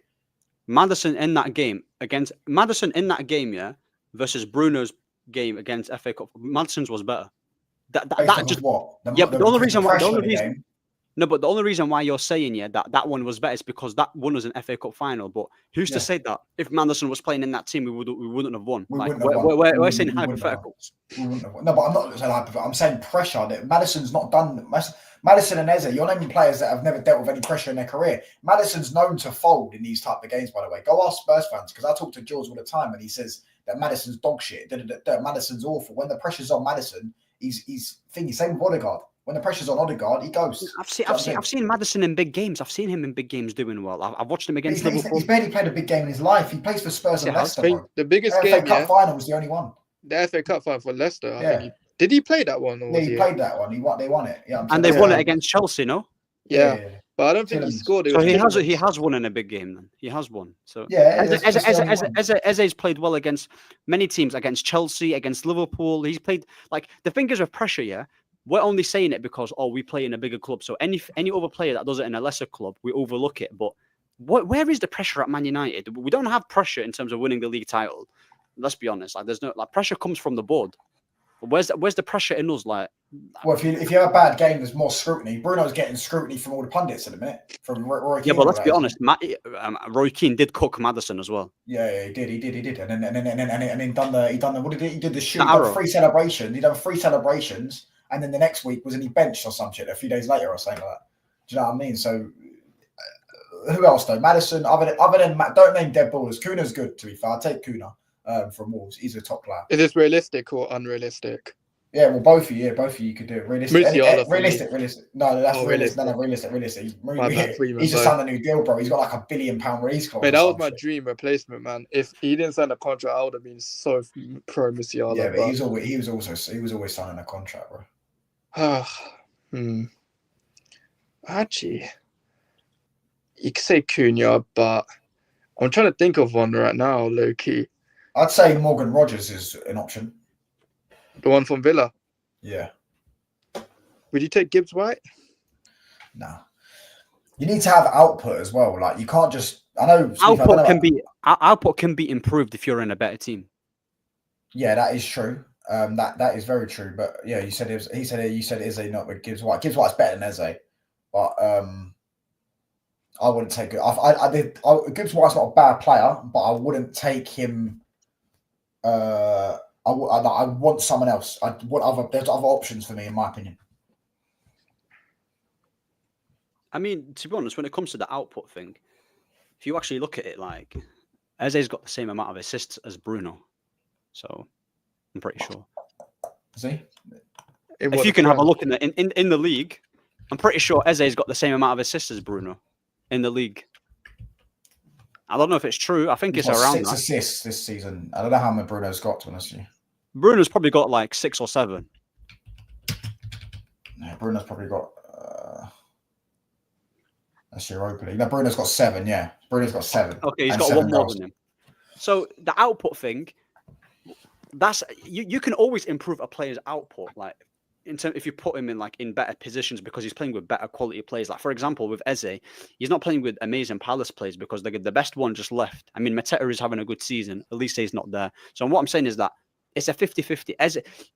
I'm not saying that every player that plays in a lesser team will go to a better team and will ball out. It just depends on it because that player might have just been cooking and that was his level. But the higher chances is that if you play him with a better manager, a better player, you get more chances.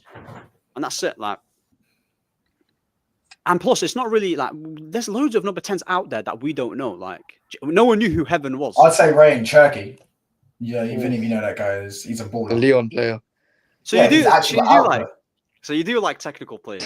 No, he's a baller. He's got 26 GA, bro. He just broke the record for the most assists ever in a Europa League season. He's a baller. We got them next, by the way. Just saying that. Yeah, listen. I hope we win. I hope he puts in a good audition, man. Do you know what I'm saying? I hope we play that because he's only worth 30 mil or something like that as well. Because they're in stuff like that. Yeah. But the problem with him, Turkey is gone, bro. No, I was gonna say the problem with Turkey is Pali's attitude. He's got attitude problems as well, apparently. So, would that guy cook at United? I would not be able to answer that. Bro, honestly, I want him, man. Honestly, but yeah, is there any other options you would sign, Ahmed? any other players that I would sign that are realistic, I wouldn't mind. Madrid. I mean, I don't see us getting him. I wouldn't mind like an Odo Guller as well from Madrid. Wouldn't mind him because he's not really getting that much game time.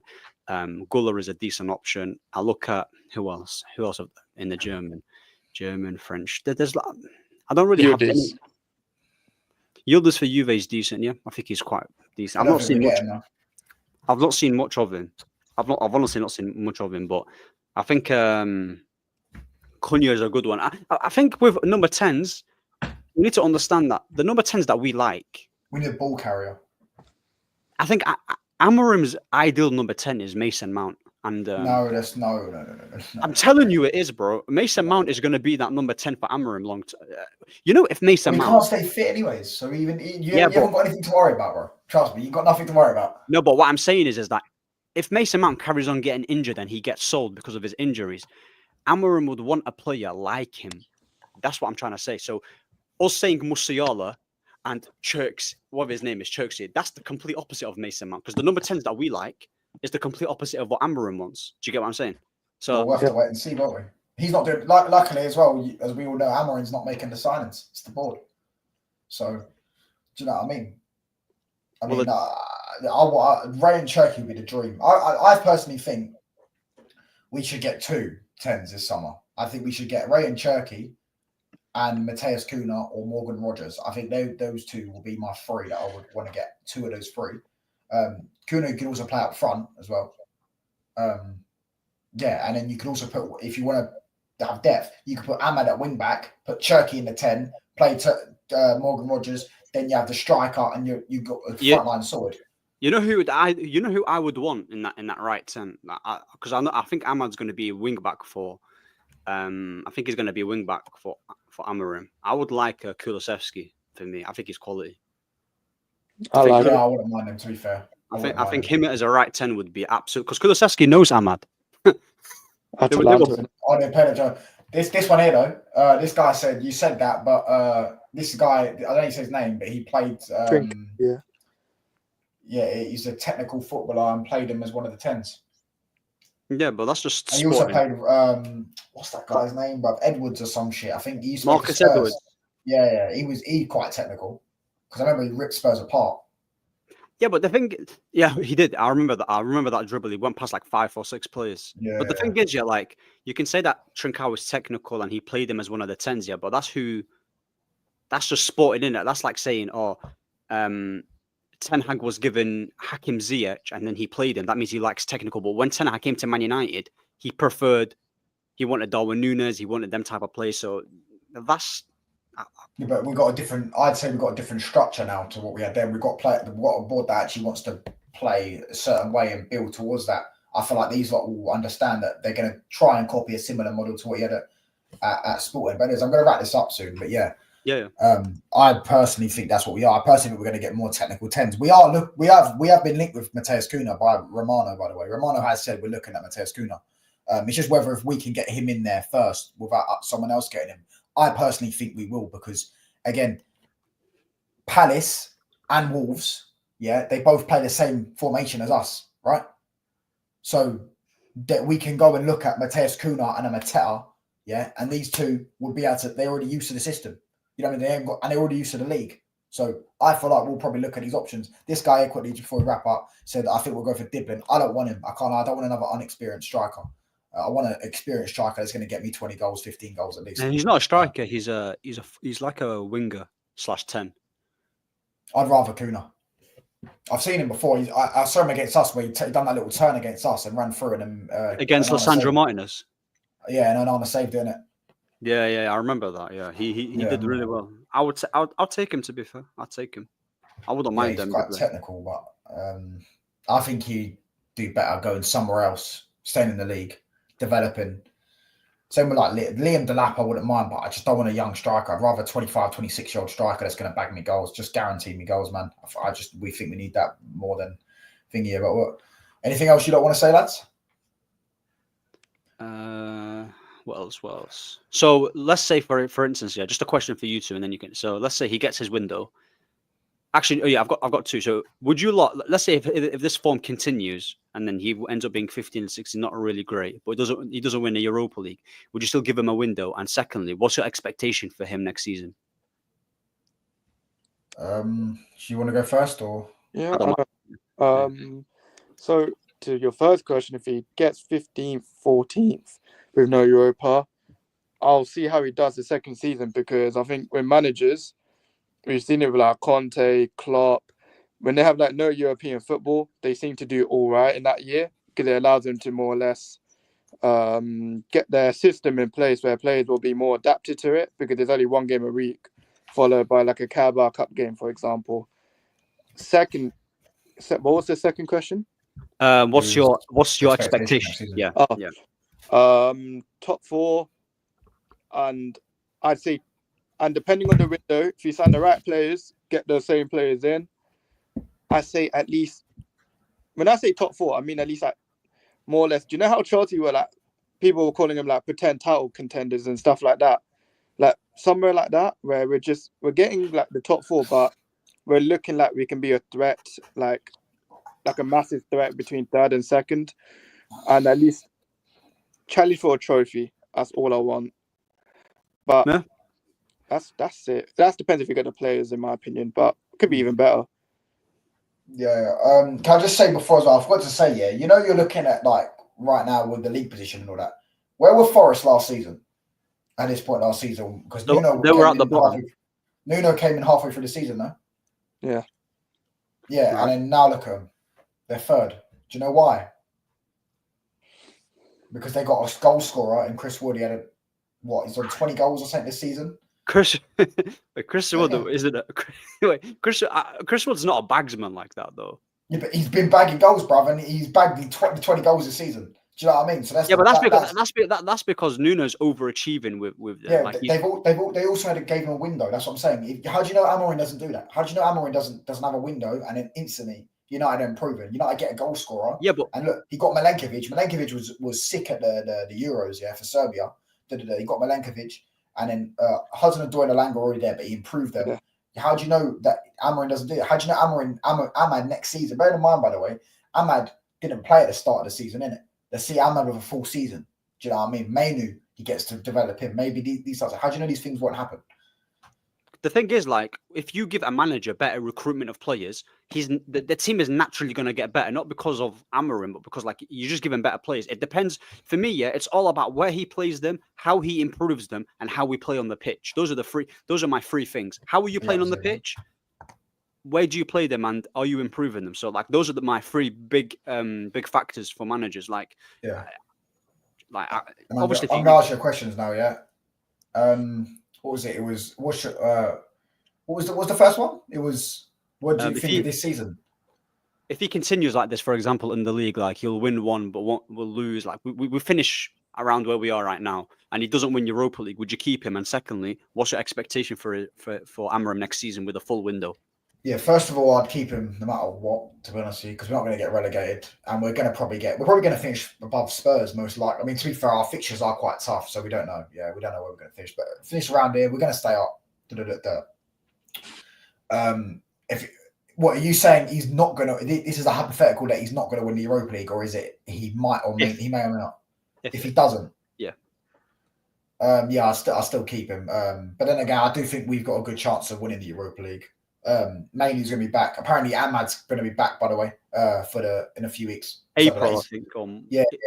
They said obviously, didn't they? So if we can get past Lyon, it's going to be difficult. Luckily for us, we got the home leg and the second leg, so we go back. We go there, get a draw, and take it back to our ground or something like that, or go there and get a 1-0 win or something like that.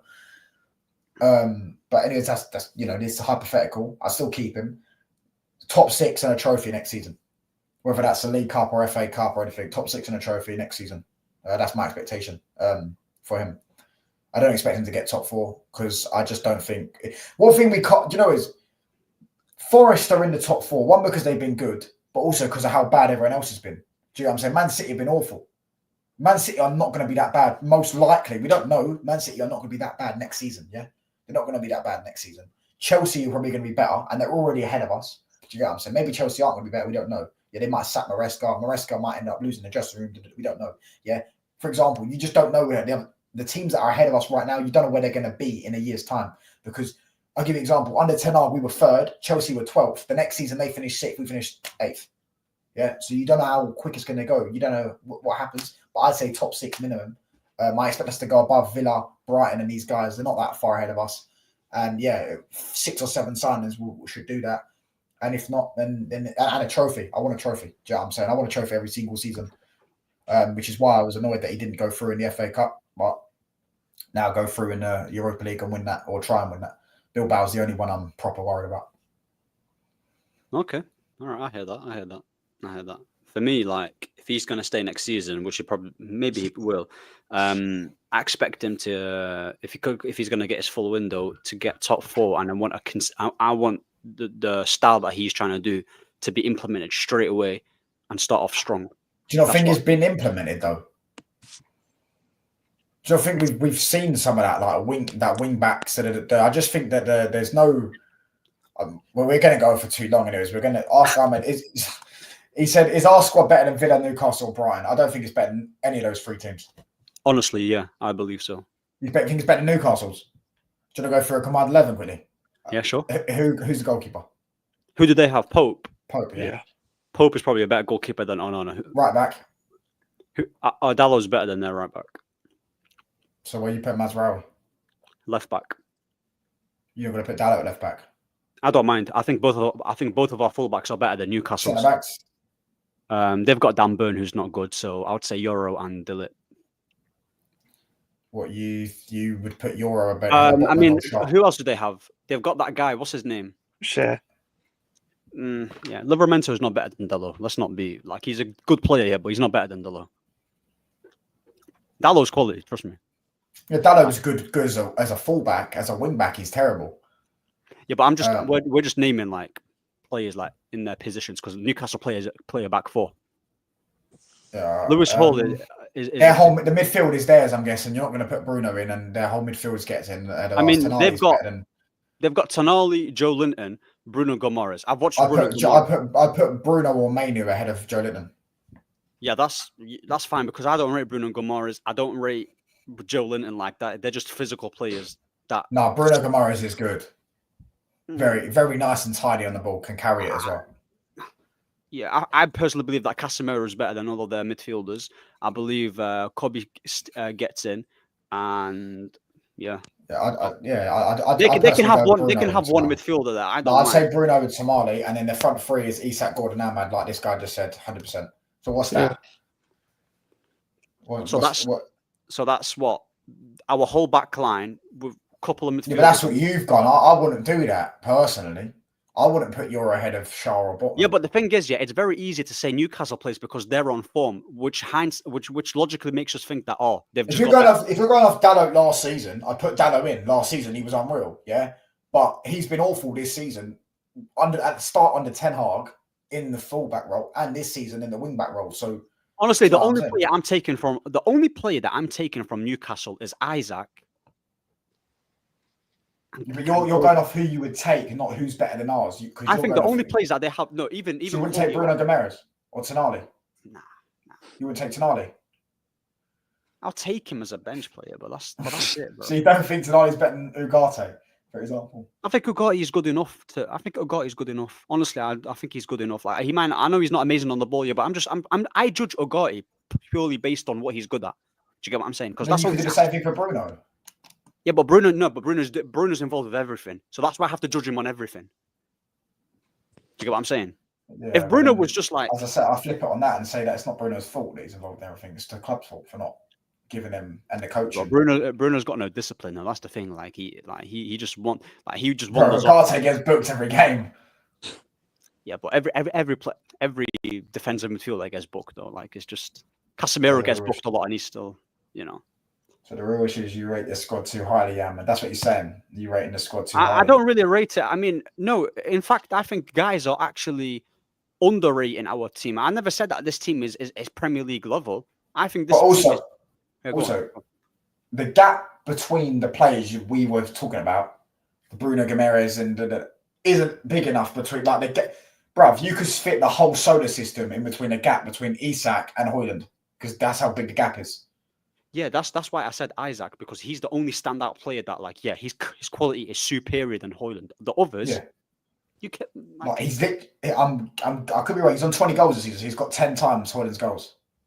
Yeah. So- Isaac, bro, listen, right now my grandma's better than Højlund. You don't need to, like, that's fine. Do you get what I'm saying? That's understandable. So no Xerxes though. No Xerxes. No, but Xerxes, when I say strikers, yeah, Xerxes is not playing as a striker right now, but like we still got good players. Like, what I'm trying to say is that Isaac is their number 9.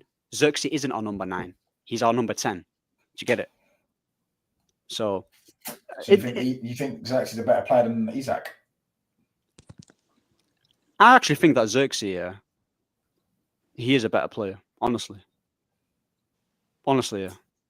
I believe that Xerxes is a better player than him. Gordon's better than Garnacho. But Isaac is very good, though. I will say that.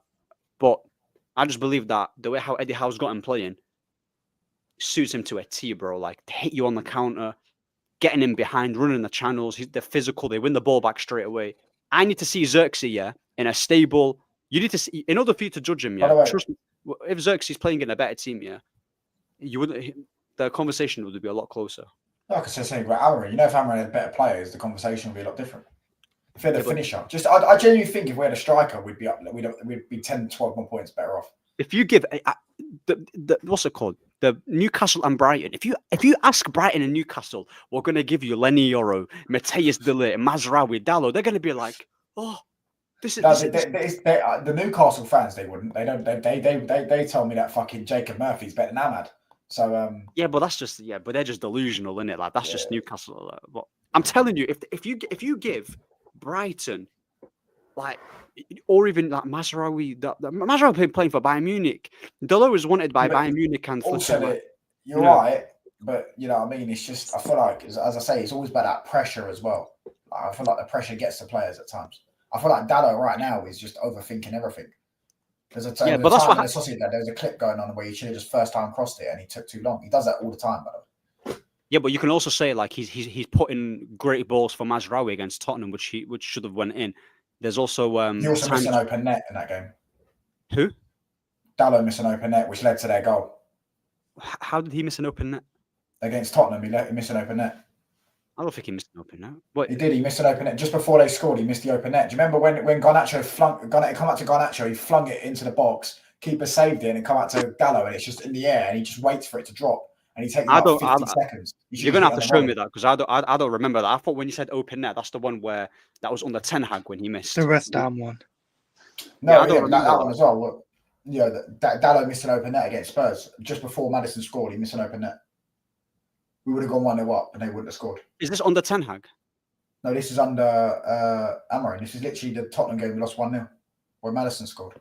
Just before Maddison scored, he missed an open net. I don't remember that. But all I'm saying, yeah, is that with Dalot, I've seen him put in plenty of crosses to Xerxes, to Maguire, to Garnacho at the start of the season. I've seen him put so many cutbacks to Eriksen from the left-hand side. Like, I've got the videos are there. Like, I think people. I've also seen him the other day when he crouched across it against Arsenal, when he ballooned it over to it's out for a throw-in. So it works both ways, bro. Yeah, but he's had more good crosses than bad crosses. Like, no, he has not. Not one player in the world has better crosses than bad, like more accurate crosses. He's put in, like, I promise you, yeah. Go watch the Tottenham game when we played in the cup, like even against Newcastle and that game that you're talking about where he didn't pass it to Højlund. Well, there was another one where he gave it to Bruno as well. So, like, I think people are just focusing on, like, the couple of bad things that he's doing, but are overlooking all the good things that he's done. Like, he should, honestly speaking, yeah, with the passes that he's made this season, I've counted about 10 assists that he should have had. Like, yeah, but you can say about every player, bro. Like, you're gonna have crosses. If you're attacking, you're gonna have crosses. I think he's better in build-up when he's inverting. That's why I think he's a better fullback. I think he's better. Well, that's what I'm saying. That's what I'm saying. Playing like in the midfield and something like that, because he's more composed on the ball. But his crossing's never been good, and his shooting's awful. His shooting is good, bro. Trust me. Like, no, his shooting's awful, man. He had a good goal the other day, but his shooting is awful. Nah, last season his shots were crazy, man. He was scoring some bangers last season. Who did he score against? Are you talking about Dalot? Yeah. Yeah, last season scored one against Sheffield. Scored a nice one. That was a good goal, to be fair. They know it. Scored one against Wigan. He scored a few. Like when he does score a goal, it's actually pretty good. But the problem is he takes way too many shots. So we always miss the ones that just go sky high. That's the problem. Dalot ain't better than Lamptey as a wing-back option. Bro, every wing-back that's available on the market will do a better job than Dalot because that's their natural law. We've all established that he's not a wing-back. And we know that he functions better in a back four. So it's saying that Lamptey will do a better job than him as Dalot. Like, I agree with you.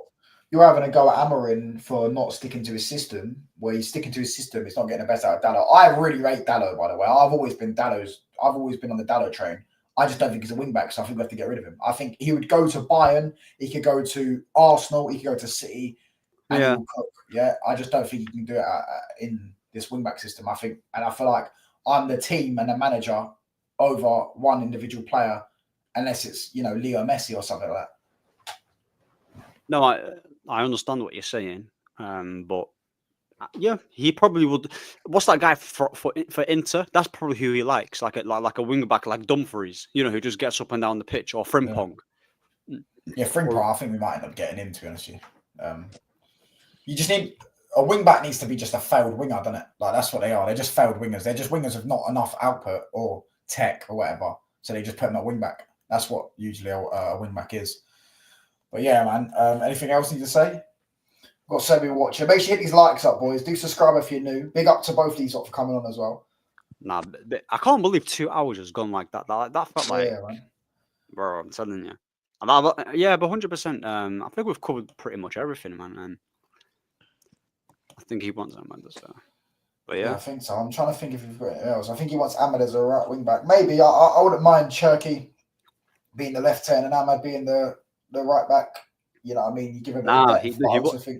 I think we also are going to get a wing back though, because we were linked with that. That, as we say, we linked with that Quendo, whatever you say his name is. Obviously, he's gone Chelsea now. We're probably going to get someone else.